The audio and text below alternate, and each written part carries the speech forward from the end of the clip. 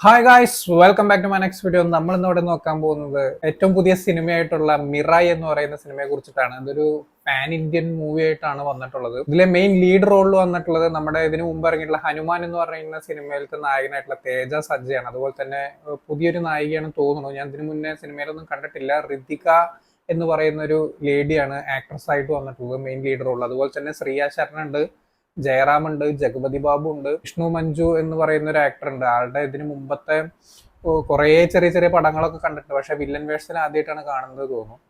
എന്റെ ഓർമ്മയിലില്ല വില്ലൻ വേഷത്തിൽ വന്നിട്ടുള്ളത്. അതുപോലെ തന്നെ എടുത്തു പറയേണ്ട ഒരു പേര് കൂടിയാണ് ഡയറക്ടർ ആയിട്ടുള്ള കാർത്തിക് ഗട്ടിനേനിന്നോ അങ്ങനെ എന്തോ ആണ് പേര്. അതുപോലെ ഗൗരി ഹരാന്നോ അങ്ങനെ എന്തോ ആണ് മ്യൂസിക് ഡയറക്ടറുടെ പേര്. എല്ലാവരും ഒരു പുതിയൊരു ഫ്രഷ് ടീമാണ് ഈ ഒരു സിനിമയ്ക്ക്.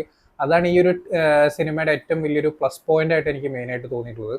കാരണം എന്താന്ന് വെച്ച് കഴിഞ്ഞാൽ ആദ്യം തന്നെ പറയട്ടെ, ഈ പടത്തിന്റെ ബഡ്ജറ്റ് എന്ന് പറയുന്നത് ഒരു 60 കോടിക്ക് ചോടയുള്ളൂ. സോ ഇങ്ങനത്തെ ഒരു സിനിമയൊക്കെ എടുക്കണം എന്നുണ്ടെങ്കിൽ വലിയ കാസ്റ്റ് ആൻഡ് ക്രൂവിനൊക്കെ വെച്ച് എടുക്കുന്ന സമയത്ത് അവർക്ക് മാത്രം കാശ് കൊടുക്കാനായിട്ട് ഒരു 500 കോടിയൊക്കെ വേണ്ടി വരും ഇന്നത്തെ നിലയ്ക്ക്.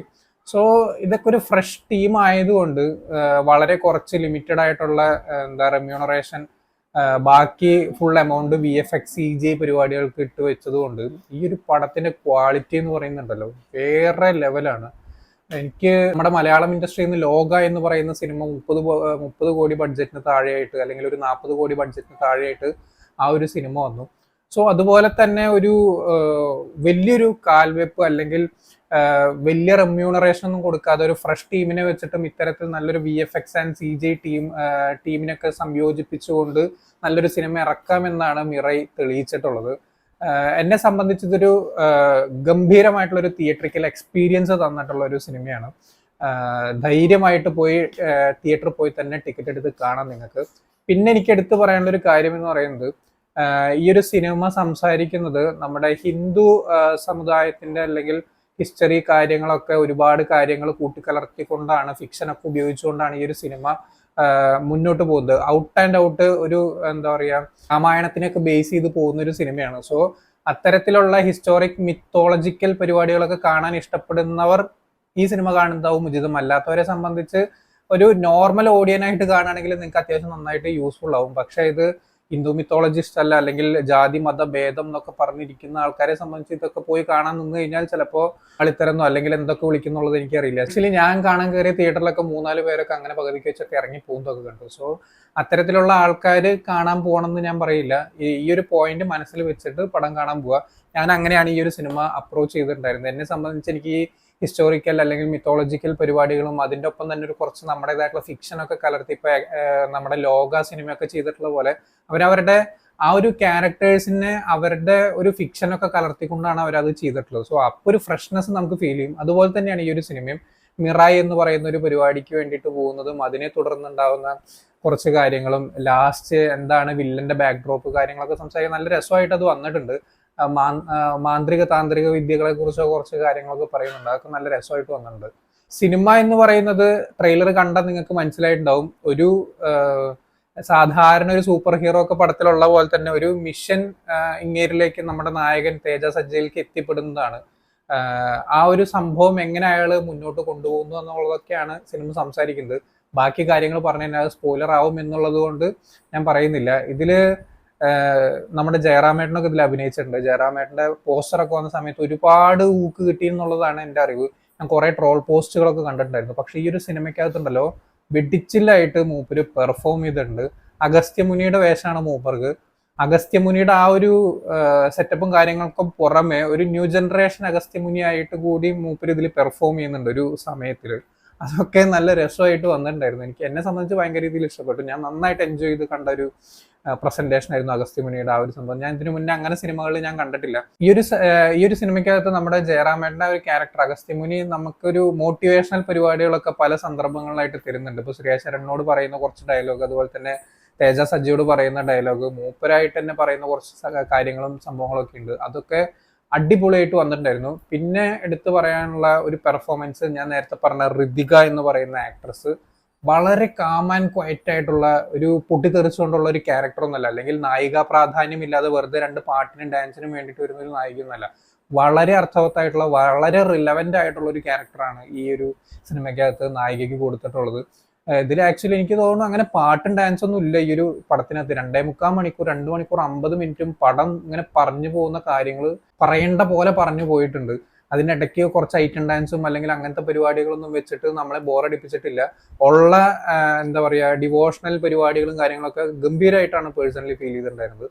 അതുപോലെ തന്നെ എടുത്തു പറയേണ്ട ഒരു ക്യാരക്ടർ ജഗപതി ബാബുവിന്റെ ക്യാരക്ടർ. ജഗപതി ബാബുവിന് അത്ര അധികം സ്ക്രീൻ സ്പേസ് ഇല്ല എന്നുണ്ടെങ്കിൽ കൂടി ഉള്ള സാധനം അടിപൊളിയായിട്ട് മൂപ്പര് ചെയ്തു വെച്ചിട്ടുണ്ട്. അതുപോലെ തന്നെ വിഷ്ണു മഞ്ജുവിന്റെ വില്ലൻ ക്യാരക്ടർ, അതുപോലെ തന്നെ അങ്ങേരുടെ ബാക്ക് ഡ്രോപ്പ് പറയുന്ന പരിപാടിയൊക്കെ ഉണ്ടല്ലോ. ഇപ്പോൾ ആളെ നമുക്ക് കുറ്റം പറയാൻ പറ്റില്ല. ഒരു പോയിന്റിൽ നോക്കുന്ന സമയത്ത് നമുക്ക് ആള് പറയുന്നതും ശരിയാണ് എന്നൊക്കെ തോന്നും. ഇപ്പൊ നമ്മൾ ആക്ച്വലി അവഞ്ചേഴ്സിൽ താനോസിനൊക്കെ പറയുന്ന പോലെ താനോസിന്റെ മൈൻഡിൽ ഒരു പരിപാടി ഉണ്ട്. സോ അത് കേൾക്കുന്ന സമയത്ത് നമുക്കും ശരിയാണ്, ഇത് എന്തിനാണ് ഇത്ര അധികം എന്നൊക്കെ ചോദിക്കുന്ന ഒരു പരിപാടി ഉണ്ട്. ആ ഒരു സംഭവം ഇവിടെയും അങ്ങനത്തെ ഒരു വില്ലൻ ബാക്ക് ഡ്രോപ്പ് അധികം വരാറില്ല. മിക്കവാറും ക്ലീശ പരിപാടികളായിരിക്കും മിക്കവാറും വില്ലൻ ബാക്ക് ഡ്രോപ്പ് വരാറ്. പക്ഷെ ഇത് അതിൽ നിന്നൊക്കെ വിപരീതമായിട്ട് ഒരു സാഹചര്യം കൊണ്ട്, അതായത് കഴിവുണ്ടായിട്ടും അംഗീകരിക്കപ്പെടാതെ സാഹചര്യം കൊണ്ട് വില്ലനായി തീർന്നിട്ടുള്ള, അതും വില്ലൻ എന്നൊക്കെ പറഞ്ഞാൽ കൊടൂര വില്ലനാണ്. അത് നിങ്ങൾ പടം കാണുന്ന സമയത്ത് നിങ്ങൾക്ക് മനസ്സിലാവും. പക്ഷെ ചില സമയത്ത് ചില ഡ്രോബാക്സ് ഉണ്ട്, അത് ഞാൻ നെഗറ്റീവ് സൈഡിലേക്ക് വരുമ്പോൾ പറയാം. അതുപോലെ തന്നെ എടുത്തു പറയേണ്ട ആൾക്കാരാണ് ഇതിന്റെ എഡിറ്റർ, അതുപോലെ തന്നെ ക്യാമറമാൻ, CGI, VFX ടീമുകളൊക്കെ എടുത്ത് അപ്രിഷിയേറ്റ് ചെയ്യേണ്ട ഒരു പരിപാടിയാണ്. കാരണം ഇതില് അംബാദി എന്ന് പറയുന്ന ഒരു ക്യാരക്ടറൊക്കെ വരുന്നുണ്ട്. നിങ്ങൾ ആ ജഡായുവിന്റെ സീൻസ് ഒക്കെ മിക്കവാറും ട്രെയിലറിനകത്ത് കണ്ടിട്ടുണ്ടാവും. ആ ഒരു സംഭവമൊക്കെ വരുന്ന സമയത്ത് മോനെ അൾട്രാ ഗൂസ്ബം പരിപാടികളാണ്. അതായത് ഈ ഒരു മിത്തോളജിക്കൽ പരിപാടികളൊക്കെ അറിയുന്ന അല്ലെങ്കിൽ അതിനെ ഇഷ്ടപ്പെടുന്ന ആൾക്കാർക്ക് തീർച്ചയായിട്ടും രോമാഞ്ചിഫിക്കേഷൻ മൊമെന്റ്സ് ഇഷ്ടം പോലെ ഉണ്ട് ഈ ഒരു സിനിമയ്ക്കകത്ത്. അതുപോലെ തന്നെ CGI വർക്ക് ഞാൻ പറഞ്ഞല്ലോ, ഒരുപാട് രാജ്യങ്ങളിൽ കൂടെ പോകുന്ന പരിപാടികളും കാര്യങ്ങളൊക്കെ ഉണ്ട്. സോ അതൊക്കെ പോയി ഷൂട്ട് ചെയ്യാന്ന് പറയുന്നത് വലിയ എന്താ പറയാ നല്ല രീതിക്ക് കോസ്റ്റ്ലി ആയിരിക്കാം എന്നതുകൊണ്ട് CGI പരിപാടികളൊക്കെ ഇട്ടിട്ട് കുറെ കാര്യങ്ങൾ അവർ ചെയ്തിട്ടുണ്ട്. അതൊക്കെ നല്ല രസമായിട്ട് വന്നിട്ടുണ്ട്. പിന്നെ അതുപോലെ ശ്രിയ ശരണിന്റെ ക്യാരക്ടർ, ശ്രിയ ശരൺ എനിക്ക് തോന്നുന്നു ഒരുപാട് സമയത്തിന് ശേഷം അഭിനയിച്ചിട്ടുള്ള ഒരു സിനിമയാണത് തോന്നുന്നു. ഞാൻ ഇതിന് മുന്നേ ഇപ്പൊ ഈ റീസെന്റ് ആയിട്ട് കണ്ട ഓർമ്മയില്ല. പക്ഷെ ഉള്ള സാധനം നല്ല കിടുക്കനായിട്ട് ചെയ്തിട്ടുണ്ട്. എൻ്റെ അമ്മോ, ആ വില്ലന്റെ ബാക്ക് ഡ്രോപ്പിലേക്കൊക്കെ വരുന്ന സമയത്തൊക്കെ കുറച്ച് കാര്യങ്ങളൊക്കെ ചെയ്യുന്നുണ്ട്. ആ ഒരു ആറ്റിറ്റ്യൂഡ് ഉണ്ടല്ലോ, ഒരു പവർഫുൾ ആയിട്ടുള്ള ഒരു ക്യാരക്ടർ. എനിക്ക് നമ്മുടെ അനുഷ്ക അല്ലെങ്കിൽ നയൻതാരയൊക്കെ ചെയ്തതിന് ശേഷം ഇത്രയധികം പവർഫുൾ ലേഡി കഥാപാത്രം ഈ ഒരു സിനിമയ്ക്കകത്ത് ശ്രിയ ശരൺ ചെയ്തിട്ടുള്ള ഈ ഒരു കഥാപാത്രം, അംബിക എന്ന് പറയുന്ന കഥാപാത്രത്തിനുണ്ട് തോന്നിയിട്ടുണ്ട്. കാരണം അമ്മാതിരി ആറ്റിറ്റ്യൂഡാണ്, സൂപ്പർ ആയിട്ടുണ്ട്. ഇന്നത്തെ ജനറേഷനിലെ കാര്യമാണ് ഞാൻ പറയണത്. ഇതിന് മുന്നേ രമ്യദർശനമൊക്കെ ചെയ്തു വെച്ചിട്ടുണ്ട്. അതല്ല, ഇന്നത്തെ ജനറേഷനിലെ നായികമാരിൽ ഇപ്പോൾ നമുക്ക് ഇത്തരത്തിലുള്ള റോളുകളൊക്കെ ചെയ്ത് കണ്ടുവരുന്നത് ഓൾമോസ്റ്റ് അനുഷ്കയാണ്. പിന്നെ അത് കഴിഞ്ഞാൽ പിന്നെ നയൻതാരയാണ് ചെയ്തു കണ്ടിട്ടുള്ളത്.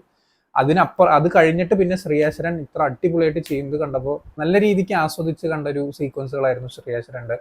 പിന്നെ അതുപോലെ തന്നെ എടുത്തു പറയേണ്ട വലിയൊരു സംഭവം, വലിയൊരു ഘടകം എന്ന് പറയുന്നത് ഇതിൽ ഞാൻ പറഞ്ഞില്ലേ, ഗൗരി ഹരാന്നോ അങ്ങനെ എന്തോ ആണ് മ്യൂസിക് ഡയറക്ടറുടെ പേര്.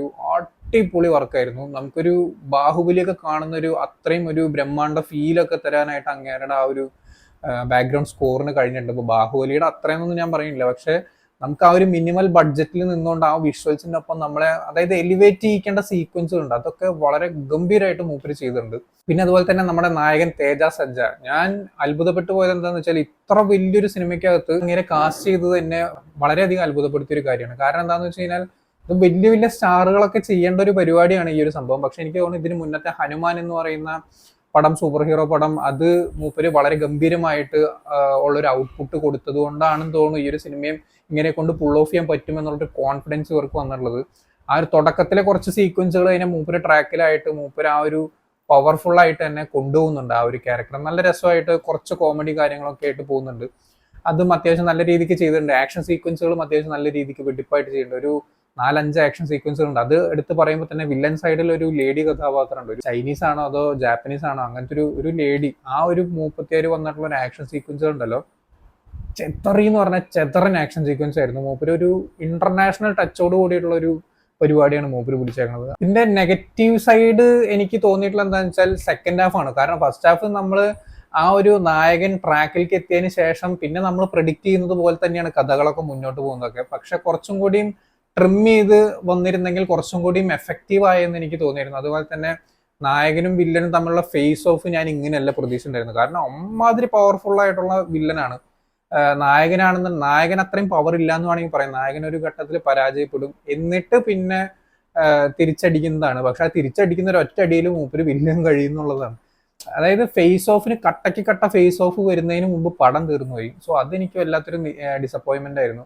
പിന്നെ ഇതിന്റെ അകത്ത് അൺവാണ്ടഡ് ആയിട്ട് കുറെ പോലീസ് ഓഫീസേഴ്സ് വരുന്നുണ്ട്. ആക്ച്വലി ഇതൊരു ഇന്റർവെൽ സീനോട് കൂടിയിട്ടാണ് ഈ പോലീസ് ഓഫീസേഴ്സിന്റെ പരിപാടികളൊക്കെ കഴിഞ്ഞതാണ്. പിന്നെ ഈ വീണ്ടും ഇവരെ കുത്തിക്കയറ്റേണ്ട ആവശ്യം ഉണ്ടായിരുന്നു എന്ന് എനിക്ക് തോന്നിയില്ല. പക്ഷെ എന്നിരുന്നാൽ കൂടിയും അവരുടെ ഒരു 1-2 കോമഡി കൗണ്ടറുകൾ എനിക്ക് നല്ല രീതിക്ക് എനിക്ക് ഇഷ്ടപ്പെട്ടു. പക്ഷെ ആവശ്യം ഉണ്ടായിരുന്നില്ല. അൺവാണ്ടഡ് ആയിട്ടുള്ള കുറെ സീക്വൻസുകളാണ് അതൊക്കെ കട്ട് ചെയ്താൽ തന്നെ ഒരു 10-15 മിനിറ്റ് അങ്ങനെ തന്നെ കുറഞ്ഞു കിട്ടിയാണ്.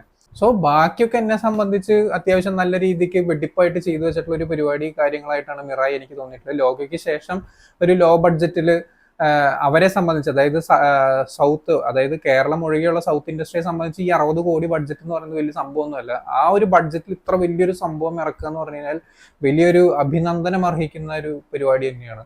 സോ ഇത്തരത്തിലും പടങ്ങൾ ഇറക്കാമെന്ന് ബാക്കിയുള്ള ഇൻഡസ്ട്രികളും അല്ലെങ്കിൽ ബാക്കിയുള്ള നിർമ്മാതാക്കളൊക്കെ കണ്ടുപഠിച്ചിരുന്നെങ്കിൽ ഒരു സന്തോഷമായേനെ. പിന്നെ അതുപോലെ തന്നെ എൻ ക്രെഡിറ്റ് സീന് കാണാൻ മറക്കരുത്. എന്നെ സംബന്ധിച്ച് വലിയൊരു പവർഫുൾ ആയില്ല, പക്ഷെ എന്നിരുന്നാൽ കൂടിയും ഒരു ലീഡ് ഇട്ടുകൊണ്ട് അവസാനിപ്പിക്കുന്ന ഒരു എൻ ക്രെഡിറ്റ് സീന് അതും ആരും മിസ്സാക്കാതിരിക്കാൻ ശ്രമിക്കുക. പടം കഴിഞ്ഞു എന്ന് പറഞ്ഞാൽ ആരും എണീറ്റ് പോകേണ്ട ഒരു സീക്വൻസും കൂടി ഉണ്ട്. സോ അതും കൂടി കണ്ടതിന് ശേഷം നിങ്ങൾ പൂർത്തീകരിച്ച് എണീറ്റ് പോകാൻ നോക്കുക. സോ തിയേറ്ററിൽ നിന്ന് കാണാൻ ഒരിക്കലും മിസ്സാക്കരുത്. കാണുകയാണെങ്കിൽ നിങ്ങൾ തിയേറ്ററിൽ നിന്ന് കാണുക. OTT-യിലൊക്കെ വന്നിരുന്ന് കാണുന്ന സമയത്ത് നിങ്ങൾക്ക് എത്രത്തോളം എഫക്റ്റീവ് ആവുമെന്ന് അറിയില്ല. കാരണം ഒന്ന് CGI വർക്കുകൾ അത്രയും ഗംഭീരമായിട്ടുള്ള ഒരു സാധനം, അതുപോലെ തന്നെ ബാക്ക്ഗ്രൗണ്ട് സ്കോർ, മ്യൂസിക്കൽ ഡിപ്പാർട്ട്മെന്റ് എല്ലാം ചെതറിച്ചിട്ടുണ്ട്. എലിവേറ്റ് ചെയ്യിക്കുന്നതിന്റെ അങ്ങേയറ്റം അവർ ചെയ്തു വെച്ചിട്ടുണ്ട്. സോ അതുകൊണ്ട് തിയേറ്ററിൽ നിന്ന് കാണാൻ വേണ്ടി ശ്രമിക്കുക. നല്ലൊരു 4K ഡോൾബി അറ്റ്മോസ് ഒക്കെ ഉള്ള ഒരു തിയേറ്ററിൽ നിന്ന് കണ്ടു കഴിഞ്ഞാൽ നിങ്ങൾക്ക് നല്ലൊരു എക്സ്പീരിയൻസ് കിട്ടുമെന്നാണ് എനിക്ക് തോന്നിയിട്ടുള്ളത്. സോ വീഡിയോ ഇഷ്ടപ്പെട്ടെന്നായിരുന്നു. ഇഷ്ടപ്പെട്ട ലൈക്ക് ചെയ്യുക, ഷെയർ ചെയ്യുക, കമന്റ് ചെയ്യുക, ചാനൽ സബ്സ്ക്രൈബ് ചെയ്യുന്നവരും മറക്കാതിരിക്കുക. See you in the next video guys.